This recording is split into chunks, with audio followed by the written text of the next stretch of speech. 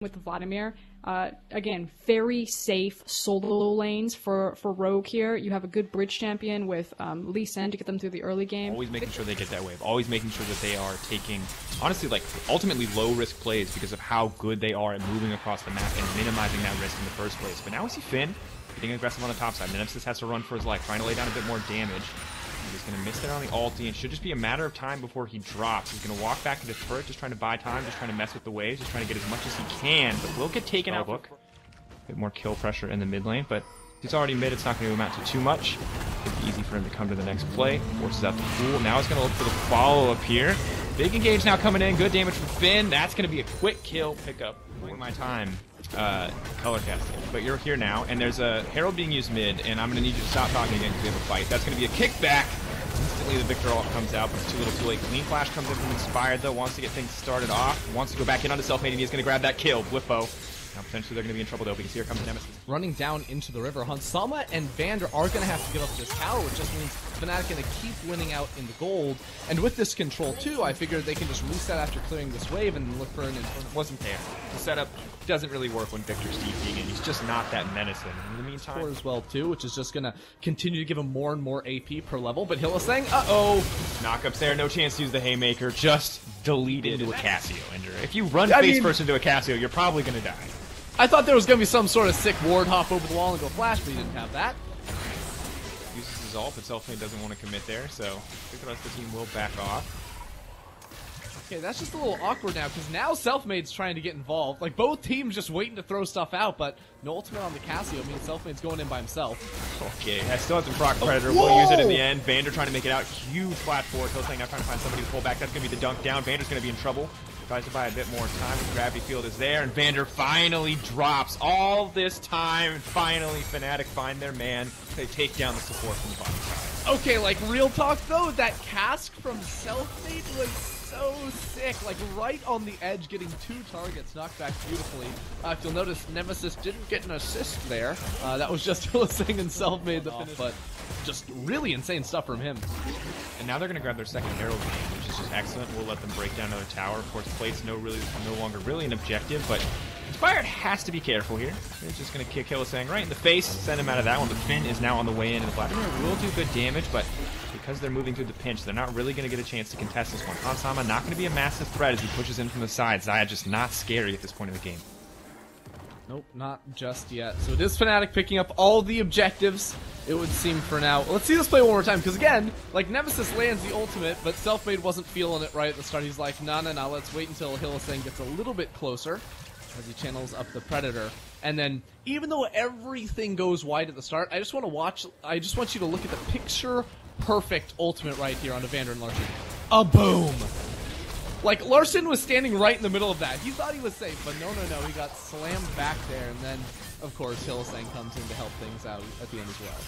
Yeah, redemption for the Flash face breaker that did not quite work out, but obviously Fnatic now starting to pull ahead in this game. They already have 3 towers to the 1 of Rogue. They're down in kills.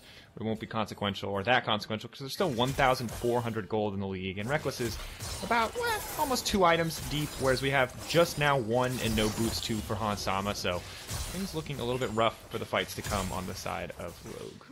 Now, the fun thing is that we're probably just going to keep getting 5v5 fights over and over and over again once our neutral objectives start spawning, because this isn't really a game where I feel like there's a ton of emphasis put on, like, going into a side lane. Like, sure, Cassiopeia and Victor have TPs, but if they're matching up in a side lane, it's probably just gonna be like wave clear duty for both of those sides. Instead, like, you have some. We've seen what Finn can do in team fights on the Vladimir too. So the later we go, the more faith I feel like I have in Rogue, and pretty easy to have that setup until Nemesis lands a beautiful ult. The dunk down is there from Hylissang, and this is montage material. Hylissang will drop in the end of the gravity of the world, but obviously giving up so many resources means it's that much easier for Fnatic to take an objective like this. And keep in mind, we do still have Finn.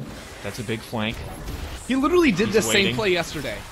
He just missed, though, on the Tides of Blood. That's going to be a little bit awkward there. The kick going to come through and not going to hit the target they want. Everybody's missing their ultimates left and right, and nobody's going to get a kill, unless Vander has something to say about it. But no, Blasphemy potentially going to take them out. Nemesis does get taken down, so it's a bit chaotic to start.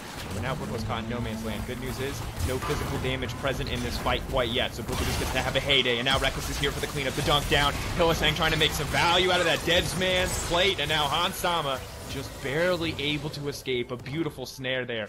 Get those items, and you're always going to have a ton of value the later we do get. Now Bwipo trying to get things kicked off. Hansama potentially in trouble here. He's going to be able to pop that and soak up a ton of the AoE damage coming through from the 2 AP solo laners of Rogue. And as soon as you're able, maybe looking to set up onto Bwipo, trying to bait him in, but Bwipo is absolutely not afraid for that. It's a very different situation to, you know, the game state 10 minutes ago. Here we go, though. Bwipo, the knockup comes through. He's going to use the Unstoppable. He's going to turn his sights onto Hansama. The TP now coming in. The rest of Rogue can look to collapse, but as TP responded, Rogue are looking. They see their fight. They see the opportunity. They see the setup. But Hylissang sees a chance to dunk down, and here comes the Ornn ultimate as well. Vander now running. Hansama unable to get any damage down. Larssen not going to get knocked back to the team. The Banshee's Veil saving his life in that scenario. As well. They still come up so big. Now Rogue, if they give up Baron, the game might as well be gone. They have to do something. Larssen stepping forward, a lot of damage can come in. The face breakers there, self-made. Already has taken down the Baron, but still they're going to try to take the fight. Bwipo definitely overstaying that one, but he pops the locket. Now he's trying to make his way out. Finn goes right into the back line, and maybe this is the fight that Rogue have been waiting for. Goes under. He's going to have the Crimson Rush up and available. He wants to finish this one off, but now Selfmade's running. Rec credit to Hylissang in that last fight. Dunking down on Inspired, and you think he burned so many major cooldowns on Inspired. Maybe Rogue can turn the fight, but because they don't find that opportunity, now the Baron's in the hands of Fnatic, but they're not using it right now. Instead, they're looking for the full-on 5v5. They got the Ocean Soul as well, and you have to feel like that's the final nail in the coffin. This fight might just make it go from bad to worse. The kickback onto Hylissang to stop the engage from coming through. Filter Redemption! He's countering Rogue's circle comp with more circles, and it's working as it goes in under the tower. Double knockup. The follow-up's going to be here too. Reckless standing on the back line, firing uncontested. Has now been proc. They want to get something done, but the dunk down is there from Hylissang. It's absolutely massive. The set performance is here for the Fnatic support, and while Finn is going to dive in, he's going to try to make the difference. He's only buying a bit more time, back to full health, but the knockup is there, the chain CC is there, and Fnatic are here to end the game, and just like that, Rogue going back and forth, trading 1-for-1, but Fnatic now poised to end. Came down to team fighting, and Fnatic doing just that, smashing through the remaining members of Rogue. There's no one left in their way between them and the next one. While Rogue may now be locked into playoffs, Fnatic with this win have locked themselves in the top 4 alongside G2 and Origin.